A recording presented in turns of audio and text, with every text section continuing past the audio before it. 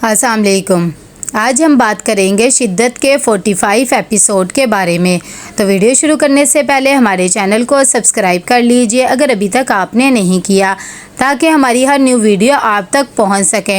यहाँ पर जैसे ही आता है सुल्तान असरा को लेने के लिए, तो उसकी फैमिली को कहता है कि ये कोर्ट के ऑर्डर्स हैं, और मैंने हमेशा आप लोग को अपनी फैमिली ही समझा है कि इन बातों से अब उसकी फैमिली बिल्कुल भी मुतासर नहीं होती है, क्योंकि वो सुल्तान की सारी चीज़ें समझ जाती होती है कि इतनी देर में असरा भी खामोशी से जाती है और जाकर कार में बैठ जाती है कि इतनी देर में उसका भाई कहता है कि अगर कोर्ट के ऑर्डर्स ना होते तो मैं अपनी बहन को तुम्हारे पास भटकने भी ना देता, और याद रखना कि मैं उसे तुम्हारे पास बिल्कुल भी रहने नहीं दूंगा। वैसे भी जो हाल तुमने मेरी बहन का किया है कि इतनी देर में सुल्तान कहता है कि देखा कोर्ट के ऑर्डर्स है ना, और वैसे भी आप कैसे उसे मुझसे दूर कर सकते हैं, वो मेरी बीवी है, और देखना पहले तो सिर्फ साबित किया था ना, अब उसे पूरा पागल बना के ही रहूँगा और सबके सामने यही साबित करूँगा कि एकदम सरवर को बहुत गुस्सा आने लग जाता है, लेकिन फिर भी वो ये बात पी जाता है क्योंकि वो यहाँ पर कोई तमाशा नहीं करना चाहता। और सुल्तान उसे चैलेंज करके जाता है कि आपकी बहन को पागल ही साबित करूँगा इतनी देर में। जब वो गाड़ी में बैठता है तो बैठते ही असरा से उसका हालचाल पूछता है और साथ ही रोमांटिक सॉन्ग लगा देता है और कहता है कि इस तरह के गाने तुम्हें पसंद है ना, वो साफ मना कर देती है।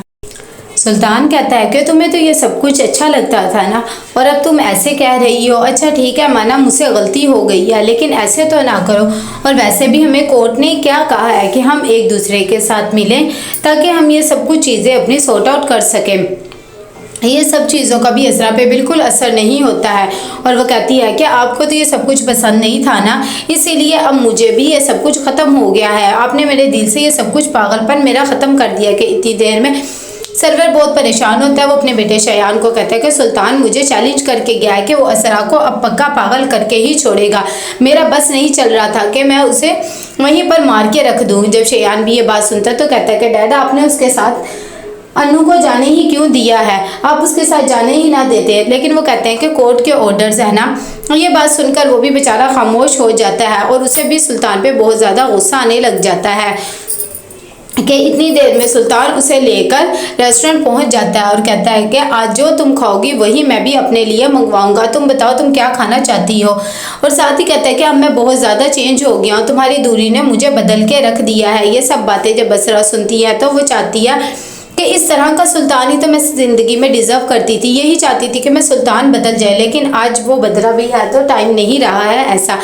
कि इतनी देर में शयान बहुत ज़्यादा परेशान होता है। वो बार बार असरा को कॉल्स करता है और उसके बारे में मालूमात करने की कोशिश करता है कि सुल्तान कहता है कि किसके मैसेजेस और कॉल्स आ रहे हैं। असरा बता देती कि शयान क्या रहे, तो कहता है कि ये लोग ही हैं जो चाहते हैं कि हम लोग एक दूसरे के साथ ही ना रहे, लेकिन तुम हमेशा मेरी रहोगी। मैं अब जो तुम कहोगी वही करूँगा, जैसे तुम चाहोगी वैसे ही रहूँगा। मैं बिल्कुल बदल गया हूँ, अब मैं तुम्हें बिल्कुल भी ऐसा मौका नहीं दूंगा। असरा दिल में सोचती है कि ये सब कुछ ही तो चाहती थी, लेकिन वो उसे कहती है कि तुम तो मुझे कोर्ट में सबके सामने पागल साबित करने की कोशिश में थे, और अब मैं तुम्हारी बातों में नहीं आऊँगी। और वैसे भी जो कुछ करना था आपने मेरे साथ कर दिया है। कि इतनी देर में शयान को असरा का मैसेज आ जाता है। वो जब मैसेज देखता है तो फ़ौरन चल पड़ता है। सुल्तान उसे बहुत ज़्यादा समझाने की कोशिश करता है और कहता है कि देखो मानता हूँ मेरे से गलतियाँ हो गई हैं, अब मुझे बहुत ज़्यादा गिल्टी फील हो रहा है और मैं अपनी गलतियाँ ही तो सुधारना चाहता हूँ ना, तो मुझे एक दफ़ा मौका तो दो। असरा कहती है कि अब मौका देने का कोई फ़ायदा नहीं है, आपने फिर से यही सब कुछ करना है और मुझे पता है आप कभी भी बदल नहीं सकते हैं। और आपके इस गुस्से, इस डिप्रेशन, इन सब चीज़ों का असर मेरे पे पड़ा है और आपने तो मुझे पागल करके रख दिया। कभी अपना गुस्सा दिखाते थे, कभी आपको ये चीज़ पसंद नहीं, कभी वो चीज़ पसंद नहीं, लेकिन शुक्र है अब मैं आपके इन झमेलों से निकल आई हूँ। और वहाँ से उठ के भी चली जाती है। दूसरी तरफ यहाँ पर सरवर बहुत परेशान होता है।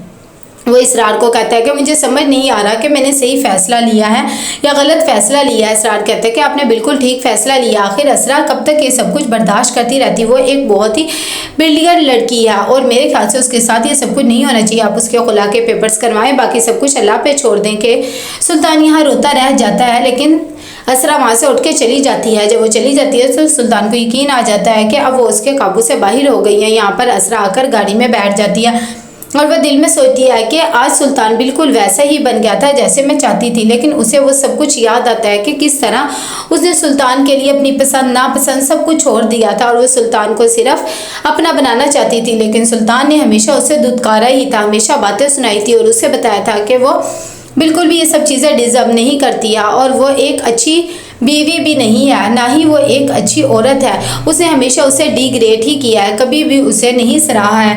ये सब बातें जब असरा को याद आती हैं तो उसे बहुत ज़्यादा दुख होता है कि किस तरह वो सुल्तान के लिए अपनी हर चीज़, हर ख्वाहिश ख़त्म करती रही है, लेकिन सुल्तान ने तो एट दी एंड उसे ही ख़त्म करके रख दिया। और आज वो अच्छा बन रहा है जब ये रिश्ता ख़त्म होने जा रहा है। तो कैसा लगा आपको एपिसोड? लाइक कमेंट शेयर करके लाजमी बताइएगा। अल्लाह हाफिज़।